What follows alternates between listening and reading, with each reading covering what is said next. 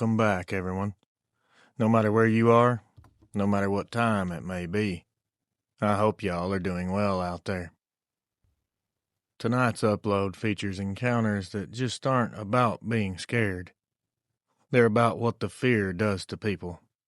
Sometimes it can tear you down. Sometimes it shows you what you're really made of. These people were not looking for trouble, and they sure didn't think they were brave before it happened. But the moment comes anyway. Out there, in the woods, when you think you're alone. That's when you find out who you really are. Thank you all for being here, and thank you for listening. If you're listening and you've had an encounter of your own that you would like to share here on the channel, just reach out to me. Send me an email. I'd love to hear from you. My email address will be linked in the description below this video. All right, legends, lock in, and let's begin. Everyone grab a drink. Lock your doors and windows. Hit the lights. And let's get started. I don't feel as though my name is really important for this. I grew up in Greenbrier County, out near a little place called Meadow Bluff. Folks from around here know Carter Creek Bridge. It's a one-lane bridge that rattles when you drive across it. Your headlights barely cover the bridge before the darkness swallows everything again. Our dad used to tell us a story about that bridge when we were kids. He said one night back in the late 70s, driving home from his job, he saw a man-sized wolf standing in the creek bed. Said it turned its head and watched his truck go over the bridge. He could see its eyes shining in the dark like coals.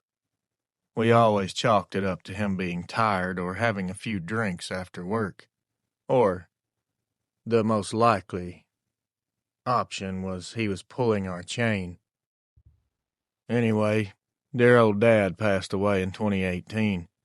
About a year later, my brother and I decided to take a drive out there, mostly for laughs. We were both in our 30s, families of our own, just curious. The bridge hadn't changed much.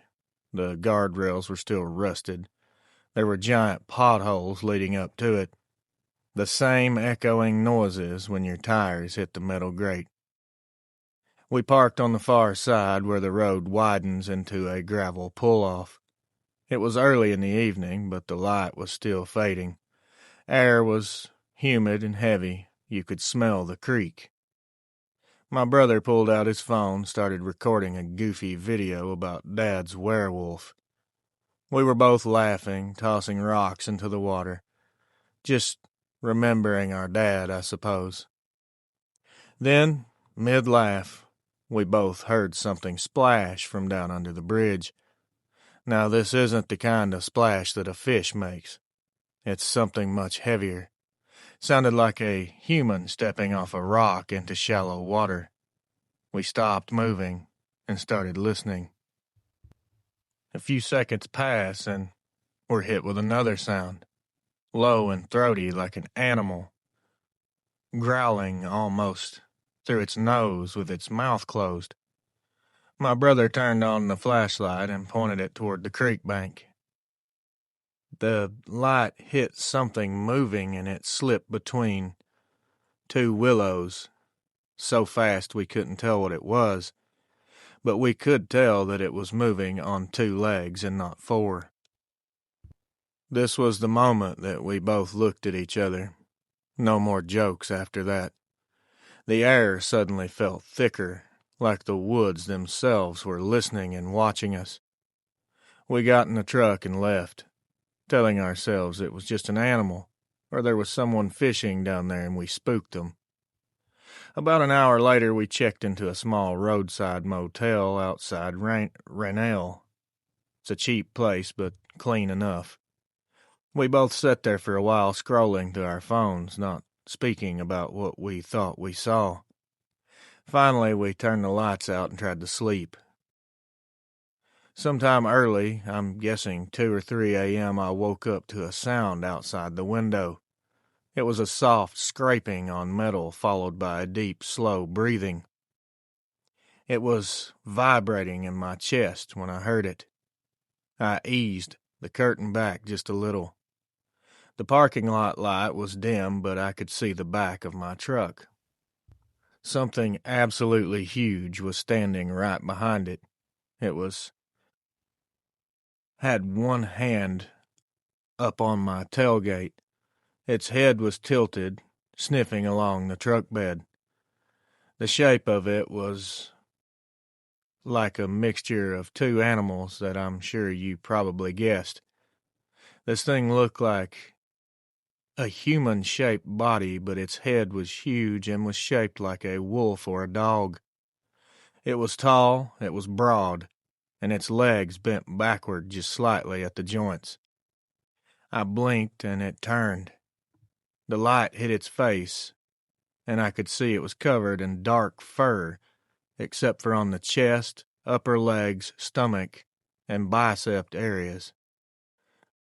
Everywhere else was completely covered, but these areas I could see skin, a grayish, leathery, cracked skin.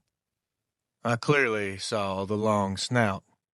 I saw the eyes glowing a yellowish glare.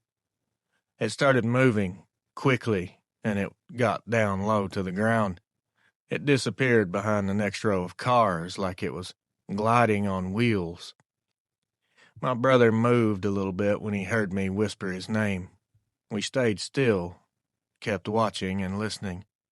Whatever it was circled the building, once completely around. I could hear tapping on the pavement, and it would go quiet for a second. At first light, we went out. Now, neither of us spoke or said the word Dogman, but we both knew. That's what our dad had described all those years ago. Maybe it followed us back from that bridge, or maybe it had never left that stretch of Carter Creek and just decided to remind us that he'd been telling the truth. I have no desire, or my brother don't either, to go back snooping around that bridge anymore. Now that we know my dad wasn't crazy and wasn't telling lies. My brother swears he sold that truck partly because of a handprint that he found on it and it would not wash off. Thanks, Reels. Hope you can use this. Anonymous. Hello, Reels. My encounter story is from a few years back in central Minnesota, right outside of St. Cloud. I'm a widow in my 60s. I've been on the same property for going on 30 years. I live on about 5 acres, and it's surrounded by woods and cornfields. This property, you can go days without hearing a car if you don't turn on the highway. My neighbors to the west of me, we'll just call them the Petersons, they had this big old German shepherd named Duke. He was such a sweet dog. I always used to wander over to my side of the fence when I was gardening. I'd give him a biscuit or scratch behind his ears, and he'd flop over for a belly rub. Wonderful dog. You could tell he was getting old. He was gray around the muzzle, slower moving. One night, early November, Duke went missing. The Petersons looked for him for days. They figured maybe he'd wandered off to pass peacefully somewhere, like old dogs sometimes do. It made me pretty sad, but I didn't think much more about it. A few weeks later, I started hearing something outside late at night. At first, it sounded just like Duke pacing by the fence again. You could hear the soft thump of the paws in the dirt, the breathing, even the way he used to huff when he wanted a treat. I'd go to the window and see nothing but darkness. One evening, just before bedtime, I stepped onto the porch with a flashlight. The motion light came on and something big moved just outside of its range. I couldn't see many details, just a solid shape. It was something tall, very wide, and it was standing really high off the ground, way too tall to be a dog. I still didn't know what to think, so I just yelled out, "Duke, is that you, boy?" This creature froze. and I could feel it looking at me even though I couldn't see it. My stomach just got this sick feeling. Whatever it was, I knew right then and there it was not Duke. It took a weird, jerky step forward into the light. It did it just enough for me to see the outline of its face and its head.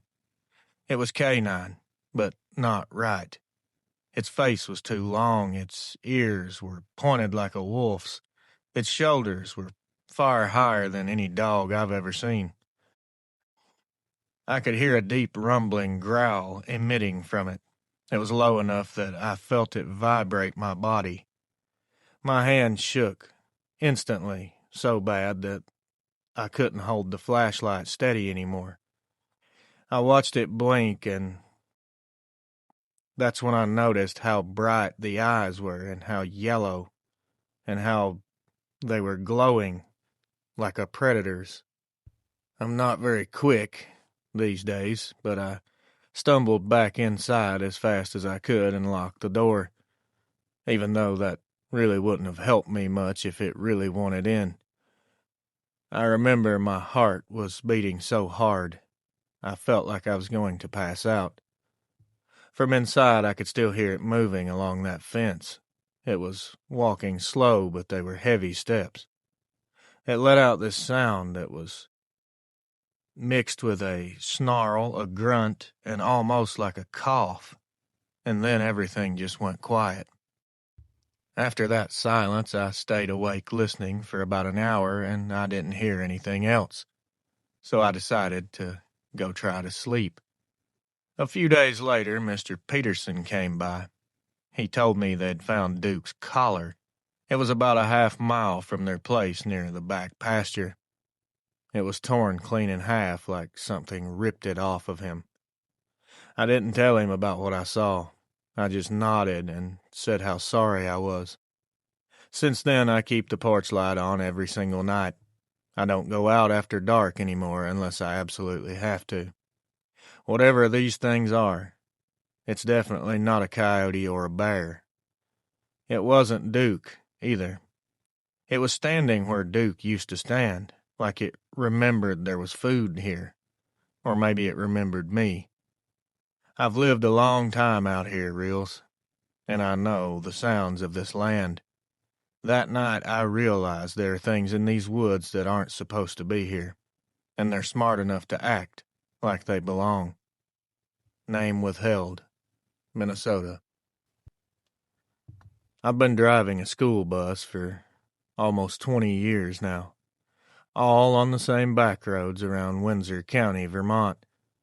Out here, the routes twist through miles of forest and farmland, sometimes with whole stretches where you won't see a single house for 10 minutes.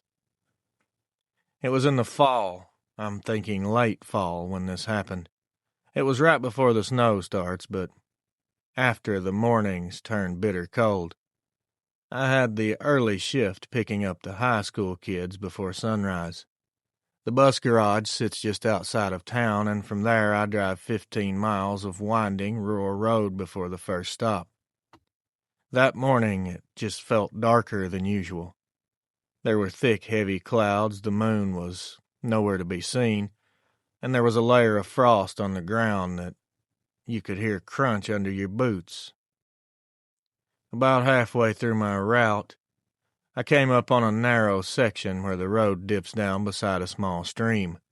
There's no guardrail there, just trees and water below. My headlights hit something moving by the edge. It looked like something knelt down low near a mailbox, like it was trying to hide. Or maybe ambush, I don't know. I slowed down, and I thought a deer or someone's dog was gonna run in front of me and get hit. As I got closer, it turned toward me. I'll never forget the shape of that head, that snout, those ears, those orange eyes. It rose up onto two legs, just like a person would. It was at least 7 to 8 feet tall, and if I had to guess, every bit of 250 to 300 pounds. I froze halfway through hitting the brakes. I could not process what I was seeing. It was like a wolf stuck onto a huge man's body. For a second, it just stood there in the middle of the road. I remember seeing its breath. Then out of nowhere, it just turned, took 2 fast steps, and was gone into the woods. When I finally got to my first pickup where my hands were still shaking, one of the kids even asked if I was okay because I was pale as chalk. I told them I just hit some black ice back there, but the truth is I could barely focus the rest of the route. That night, I just continued to replay it over and over. I still do occasionally, but not as much as I did in the beginning. Every part of me wants to believe I saw some weird illusion or trick of the light. Maybe it was a bear and I saw it wrong. Something logical, anything. But there's no way. The way that thing moved, the smooth, upright, and fast movements, that's not like anything natural. I didn't tell anyone for a while. People already joke about night drivers seeing weird things. But something changed in me after that. For years, I'd been scared of a lot of things, driving icy roads, breaking down alone, being out here in the dark. Now, I don't scare as easily. I figured if I could face something like that and still show up for work the next morning, there's not much left that can shake me. I still drive. Every now and then, I'll slow down when I pass that same bend. It's not because of fear. I'm not really afraid. It's just a reminder, a reflex. You don't always get to choose when fear finds you, but you can sure as hell choose how you handle it. I hope this helps someone else. Don't let fear run your life. Name withheld. Vermont. Hello, Reels. You can call me Casey. My dad ran a small farm about 30 miles outside of Grand Island, Nebraska. It was a couple dozen acres and some cows and an old red barn that was in decent shape, but it was a bit leaned on one side. When he passed away in 2019, I was the one who moved back home to settle things. My brothers lived out of state, and truth be told, I didn't mind being back out in the open again. I'd forgotten how quiet it gets out here. At night, all you hear is the wind through the fields and the occasional lowing from the cattle. It's peaceful, or at least it used to be, before all this. The first few weeks back, everything was fine. I spent my days cleaning out the barn and patching fences and going through Dad's old tools. He always told stories about odd things that happened over the years. Massive calves, strange tracks near the creek, coyotes that didn't sound quite right. I just told myself it was small town superstition. One night in early October, I woke up to the sound of the cows. Not just one or two of them were bawling, the whole herd was losing it. It was loud enough that it was rattling the windows. I grabbed a flashlight, grabbed my boots, and all I had was a .22 rifle. The moon was bright enough that I didn't need much light. As soon as I stepped outside, I caught a whiff of something foul. I can't describe the smell. I know some people say wet fur mixed with this or that, but to me this just smelled like straight decay. The cattle were bunched up on the far side of the pen, staring at the woods behind the barn. I turned the flashlight in that direction, and I froze on the spot. There was definitely something standing outside the fence line. It was tall, about 7 feet, and it wasn't shaped right at all. The shoulders were very broad, its arms were skinny and long, gangly. The fur shimmered almost black. It was hunched over slightly, one hand on the ground and the other on the top of the fence post. When the light hit its face, the eyes were a deep amber color, and I expected it to move when I shined the light on it, but it didn't. It just stared back at me. I should have run inside, but something in me snapped the other direction. Maybe it was anger or just shock, but I lifted that little .22 and screamed, telling it to get out of here. It just blinked and looked at me and took one slow step back. I shot once into the ground about a foot in front of it, just a warning shot. I grew up shooting guns. I'm pretty good with a rifle. I didn't want to hit it, or I would have. The sound of that little rifle didn't do much. It didn't growl, though, or try to charge me. It did turn, got down low on all fours, and moved into the corn like smoke disappearing in wind. The silence afterward was the worst part. The cattle finally calmed down, but I stood there, holding that flashlight, expecting it to come back out, but praise God it didn't. I didn't sleep much, but the next morning I made a decision. I was not selling the place. I wasn't running either. Dad always said you don't own land like this, you just look after it, the way it looks after you. So I reinforced the gates, started keeping a real rifle by the door, and set up motion lights all around the property, including around the barn. It's been 2 years since that night. Sometimes the lights go off for no reason, and I'll hear a noise near the trees that sounds heavy, too heavy for a deer. But I don't scare like I used to. I'll stand my ground. That night showed me something about myself, and maybe about my dad, too. He must have seen that thing before, maybe more than once, but he stayed. Now I understand why. Sometimes courage isn't running toward danger, it's standing your ground long enough to prove that it doesn't own you. Hopefully someone can take something from this that can help them deal with their trauma or fear. Name withheld. Nebraska. Reels. I guided hunts for almost 15 years in Montana, mostly elk and mule deer around the Little Belt Mountains. I quit after what happened in 2021.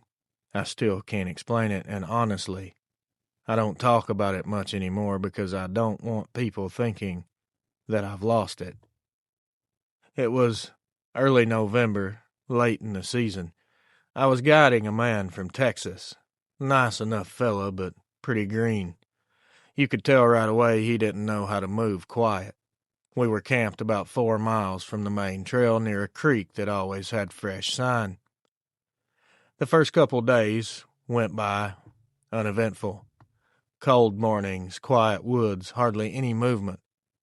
The third morning, however, just before sunrise, I woke up to the horses fussing. They weren't panicking, but they were restless, snorting and shifting around. I had seen this before, and usually it means there's a bear nearby, so I got out of the tent and grabbed my rifle. It was still dark out, probably 5:30. There was frost everywhere, and I didn't see anything, not at first. But I could smell something that I couldn't place. Something was off. It was a musky smell, and it wasn't a bear, not an elk. This was something else I had never smelled before. About 20 minutes passed, and my client crawled out, rubbing his eyes. We saddled up and headed toward a ridge where I'd seen deer moving earlier that week. Everything was quiet. Too quiet for that time of morning. There was no birds. Very unusual. We were halfway up when I noticed a feeling like we were being watched. I don't ignore those feelings because I've learned to hone those in. I know when I'm being watched. It's not just a feeling for me, it's a fact. When you spend a lot of time out in the wild, you know the difference between nerves and the real deal. We were both in danger, and I knew it. I stopped and told the guy to hold up. He asked what was wrong, and I said, I don't know, but keep your rifle ready. He laughed a little and asked me if I thought we're going to get ambushed trying to make a joke.